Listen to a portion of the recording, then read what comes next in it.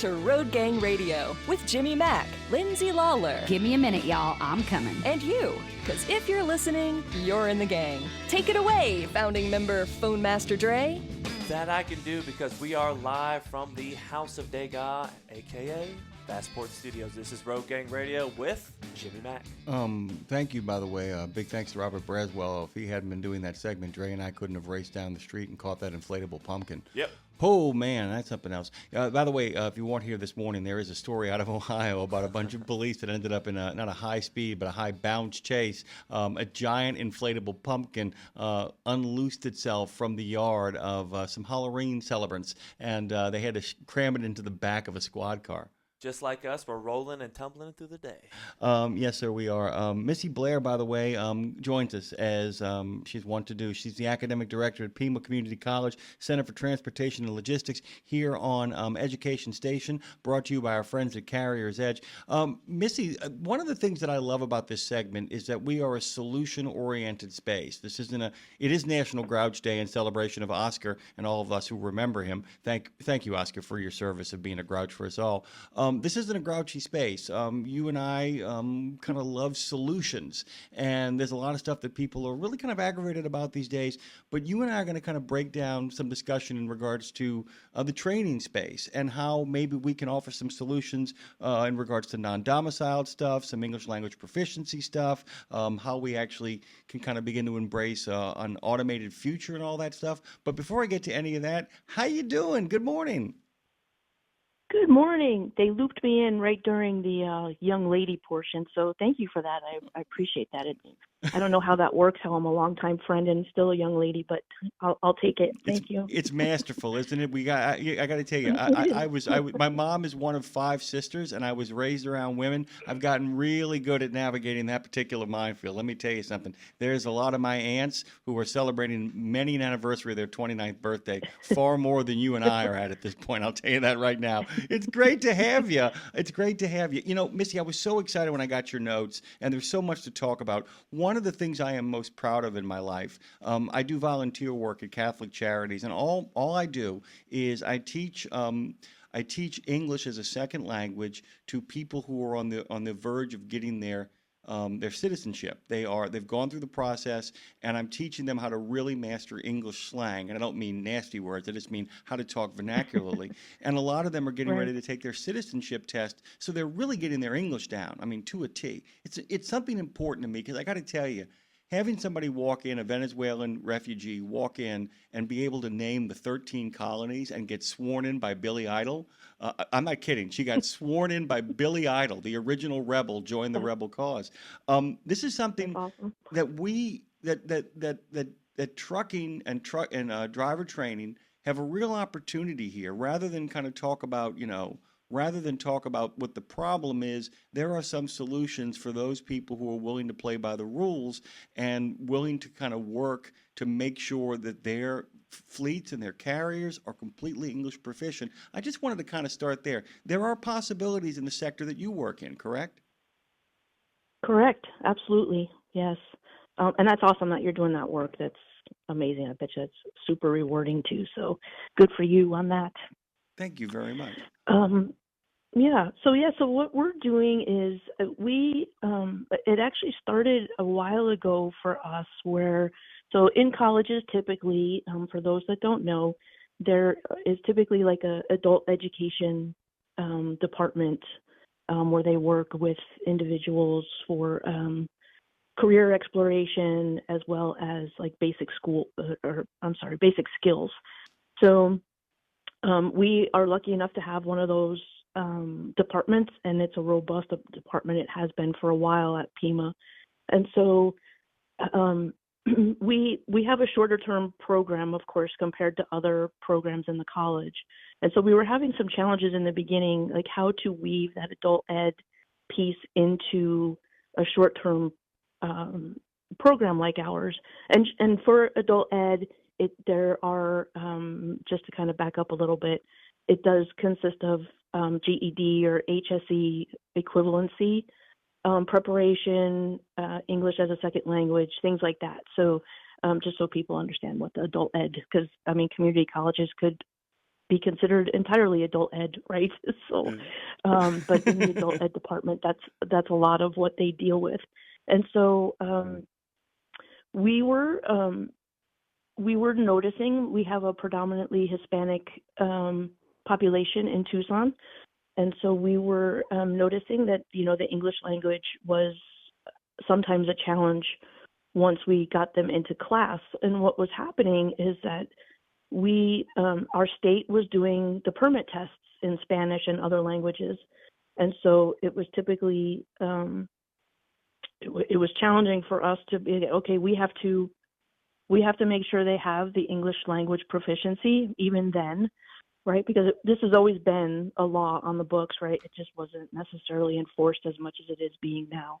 And so we were having some challenges with that. Well, if they're testing in Spanish for their permit, there wasn't really a benchmark for us to know, right, their English language proficiency well in the beginning.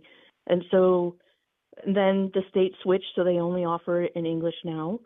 And so it was more of a challenge for us and became more of an impetus for us to be able to get the adult ed folks in and kind of work with us on that. And so what we do to finally get to the solution, they do what's called integrated training, and it's called IET, and I don't remember exactly what that means, but it's basically integrated training to where we have a CDL instructor, and then we also have an adult ed instructor in the classroom with us together. And so there are some benchmarks they have to meet in the testing to be able to be in this class. We typically don't have entry exams for our program, but for this, we want to make sure, because there is a lot of reading, a lot of, manual review, et cetera. So they have to be at a certain level for it. And if not, what they can do is just enter the adult ed program to get there and then join we call it an IBEST program, to where the CDL instructor works with the adult ed. And it's really helpful for them in the classroom, to where they're able to learn some terminology. So it's a contextualized English, right? So they're able to learn English a little bit more, and then also in the transportation contextualization aspect. So we are in our 5th cohort now, and it takes a little bit longer because we do have them in class twice a week when they're in their theory portion for about 5 weeks, and then they're doing evenings right now for their behind the wheel, and so that takes about 6.5 weeks. So it's about 11.5, 12 weeks for them to go through the program. But we were finding that it's been a really helpful collaboration and a solution, as you mentioned at the start of the show. So we're excited about it. So that's what we're doing with that. I want to kind of jump in here because, I could hear you almost apologizing for having to give the exposition of how we got there, and you shouldn't, by the way, because I want a lot of people to understand while this particular microphone, the one that I'm sitting behind, has been responsible for making sure that everybody knows that everyone is responsible. I want to make sure I'm really clear on this too. Everyone is responsible, because what happens in a lot of CDL programs, and Missy has done a kind of a great job of kind of explaining what the problem is that many people are coming in never having been held to any sort of English standard. And we're not attacking them, by the way, but that accommodation after accommodation have been made for these people. And so okay, Missy, you're going to totally get this, being that you're at a community college. You're going to completely get this from a community college standpoint. One of the things that people don't realize that happens at community colleges, and it's actually happening at some 4-year, non-community institutions, the big universities, is that people often show up without the information that was expected they would have when they get there, in the sense that, how many people, when they get to a 4-year college, have to take basic level English that gives them no credit for it, basic level algebra that gives them no credit for it, to get them up to speed. You guys are actually, with such a limited amount of time, are getting people for whom this has never been demanded of them in, taking driving tests, taking all kinds of other certifications. Nobody has asked them to be proficient in English until now. So that you're not just responsible for getting them their CDLs. You are now responsible for making sure they can do it from an English proficiency standpoint. So you're having to kind of, I guess, retcon, as it were, to kind of put an English proficiency course study in front of that and to actually embed people who are qualified to get them up to speed while still doing the job you were already doing. Did I get all that right?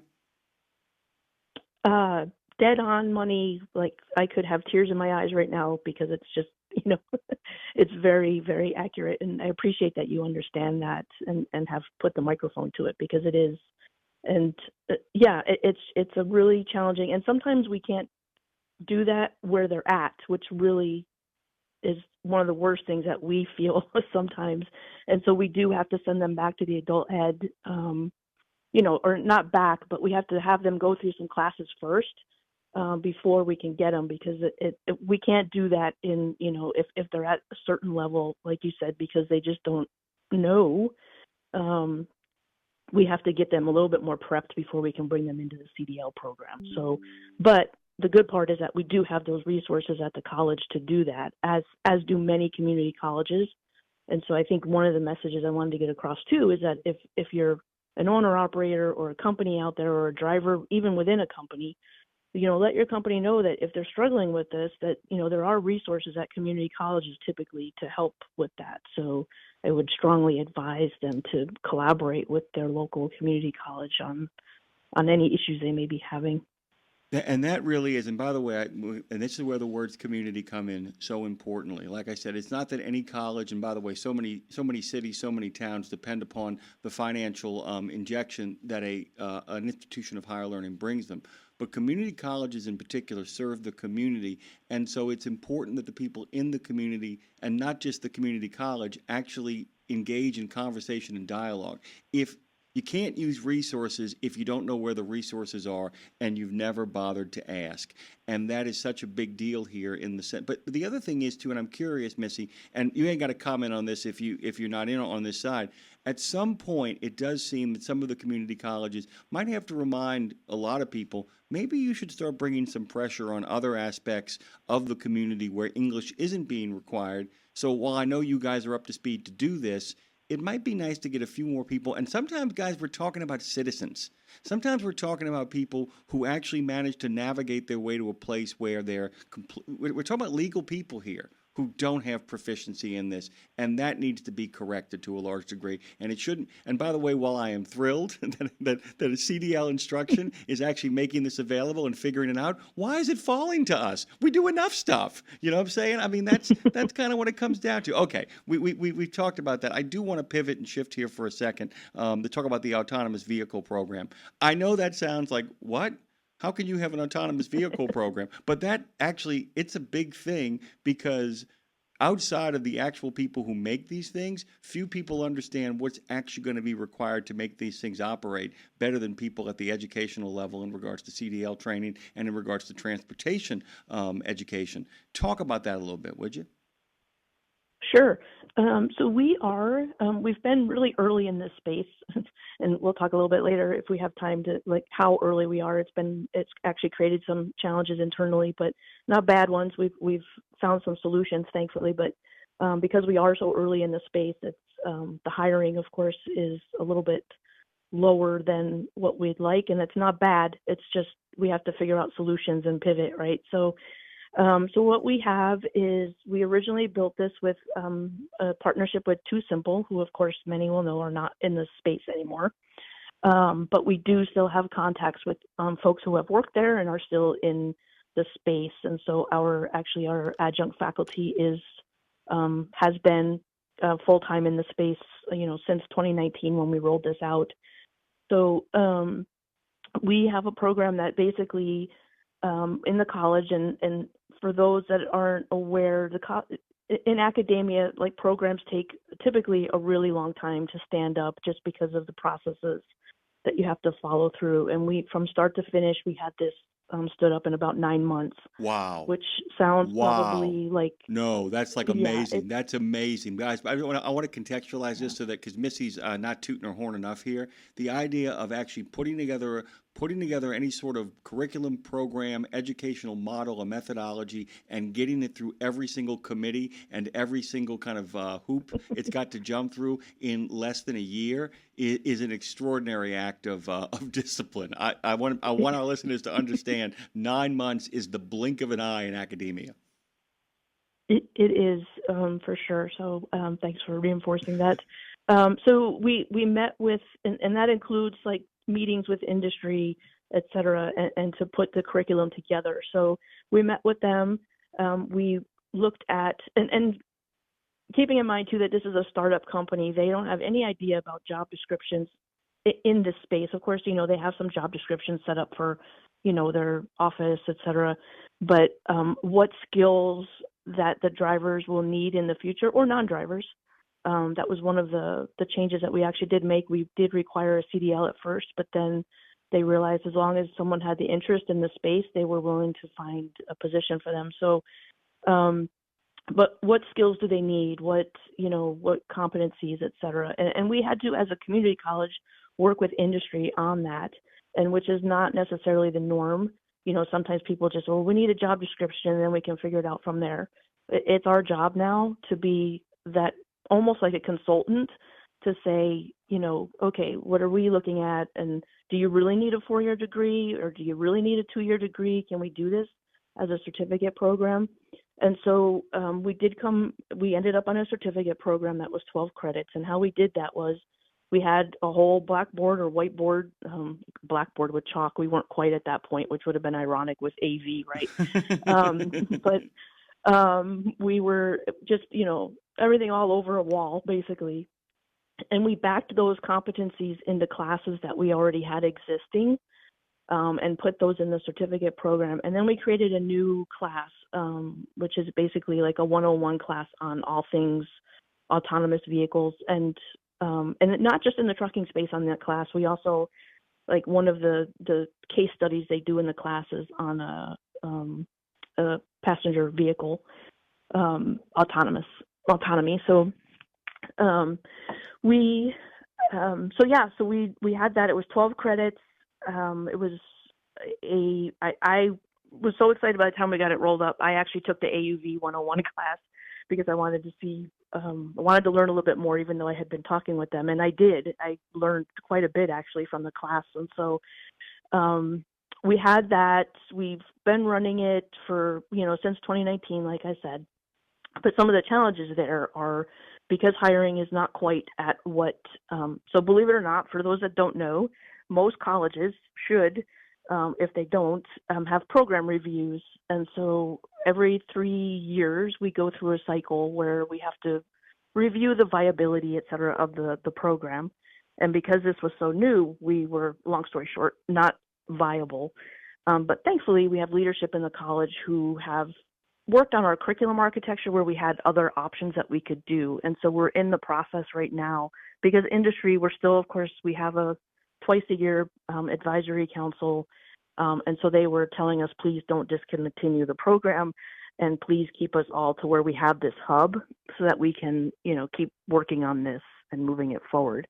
And at that time, they were saying they weren't going to be really into hiring a lot until like 18 to 24 months, which is a hard sell sometimes within a college, right? Where Community it's like, college, community college in particular, man. It's like, can we move these people into integrated jobs within the community? And if the answer is no, it becomes hard to really defend a program. But by the way, but it's one of those things where you're looking at people saying, you have to trust us. You have to just hold on a little bit longer. This is coming. You have to understand. We bought early. Hold on to the penny stock. It might actually take off is kind of what's going on here, right? Exactly.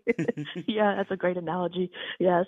And so we have a marketable skills achievement award that we have within the college. It's not a certificate, but it is transcriptable. And so we're actually in the process of moving it to that as a non-credit MSA, Marketable Skill Achievement Award. So we're excited that we had the option to do that. And we're working now on figuring out how to, because it is now already 6 years old, which is incredible to me because I'm like, it's been 6 years already.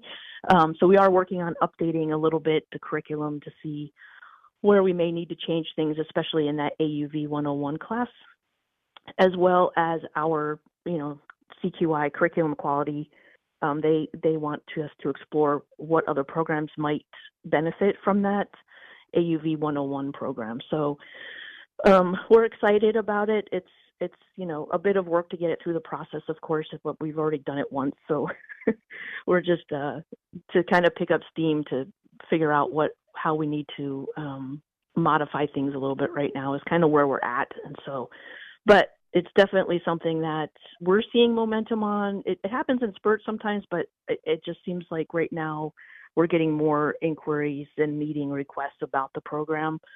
So it is picking up a little bit of momentum now. So hopefully we can get some more graduates through it. Yeah, by the way, you guys are both victims and prescient, is a kind of good way to kind of think it. But simultaneously, like you saw the future and you saw it in the distance. At the same time, the people who were actually in the automated vehicle sphere had to get out there and start selling, meaning they had to get all that angel investment, that capital investment. So they made a lot of noise and a lot of bells and whistles. They weren't as far along as they had promised people, but they had to raise the capital. The problem is that you get into the space early and set things up, and then it's like one of these situations where it's like, look, we know this didn't go exactly as fast as these guys promised, but you've got to let us hang on in this sphere, because at the same time, when the engine does turn over here, Pima is uniquely kind of positioned. If they can keep the program viable, if you can keep the program on the books, then you guys are really ahead of the game, which means you guys can jump in boots on the ground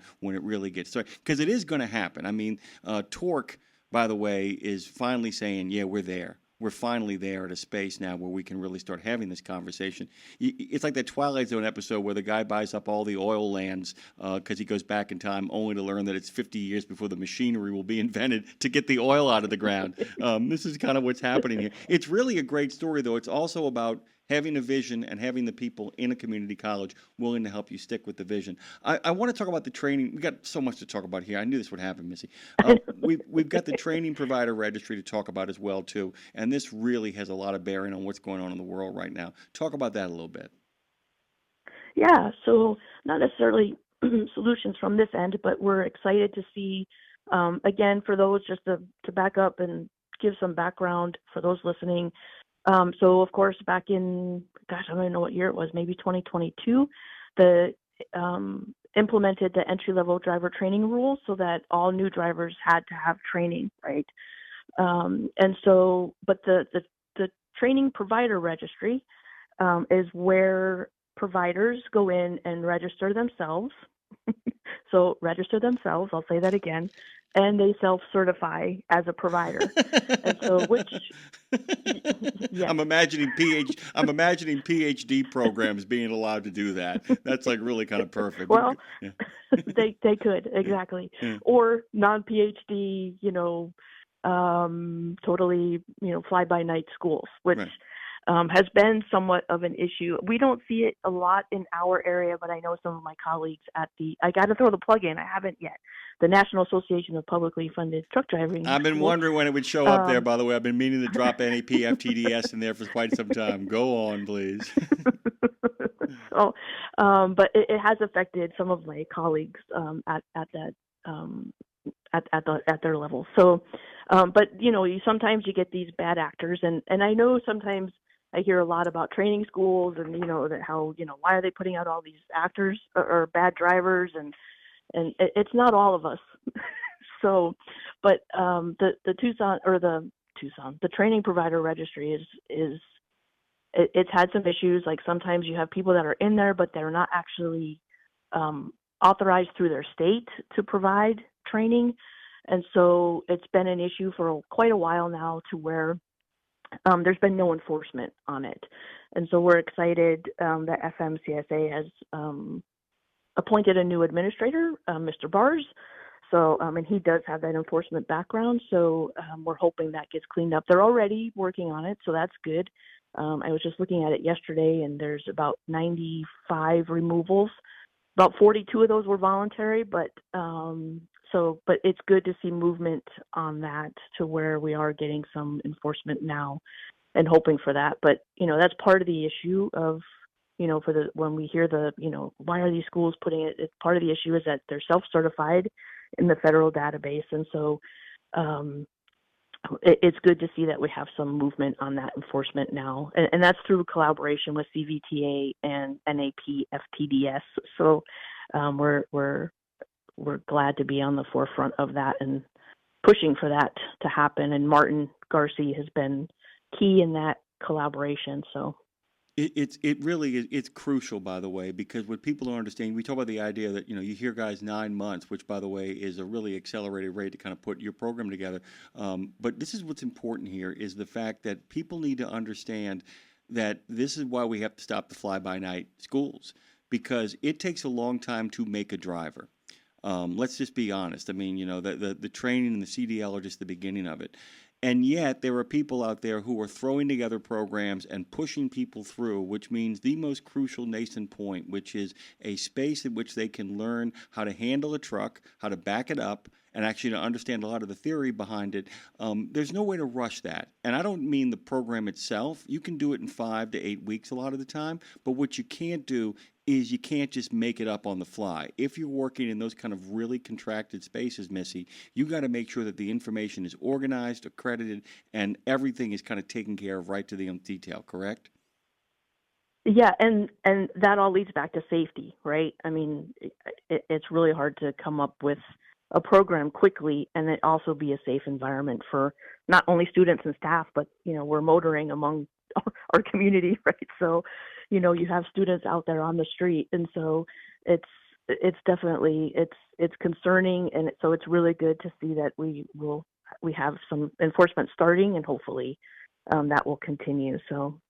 Missy, let's get you back on soon so we can actually have a conversation about non-domiciled CDLs. But I know we added that to the conversation. But my sister, my friend, it's great to have you, but we are absolutely out of time. Can you believe how fast it goes by? No worries.